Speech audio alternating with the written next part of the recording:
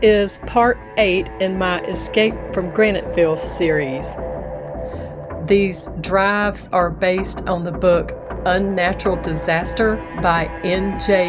Nidiffer. Mr. Ed was the lieutenant for the Aiken County hazmat team. He was part of the original hazmat team that made the first attempt to make it to the train wreck, and he was in the group that included Miss Liz. Ed's second attempt to investigate the train wreck, they parked at Ergle Street Extension and Escaga Lake Road, and they suited up there in order to walk towards the wreck. He was with a partner named Greg. I'm unsure which direction they went.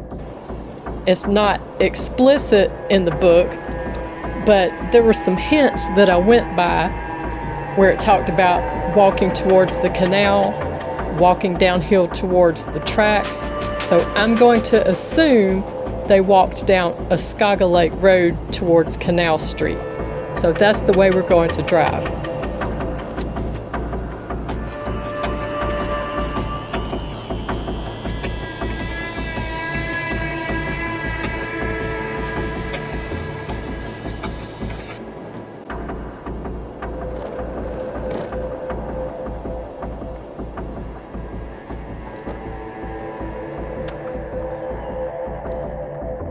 Once Ed and Greg reach Canal Street, they make their way towards town and they encounter an SUV.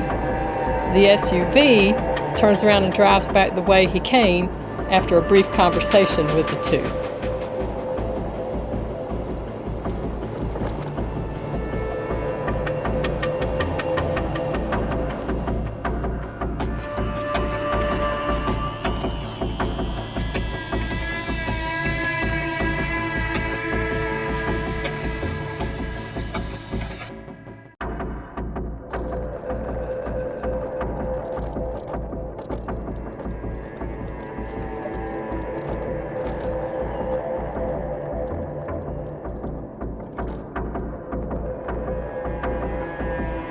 According to the book, Ed saw the crossing bell lights and the tree across the road at Aiken Road near the church.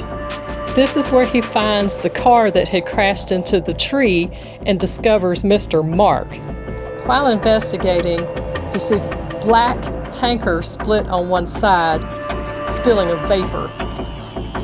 Ed then calls a rescue team to come extract Mark because Ed discovers he does not have enough air to make it all the way back to Escaga Lake and Ergle Street Extension, and there's nothing they can do to help in the situation. So they call for transport.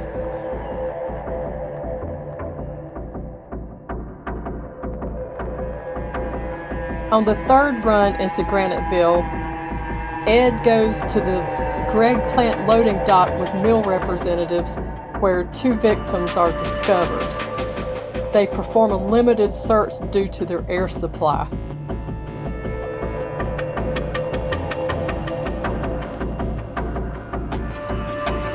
After lunch, Ed returns to Rocktown to help evacuate.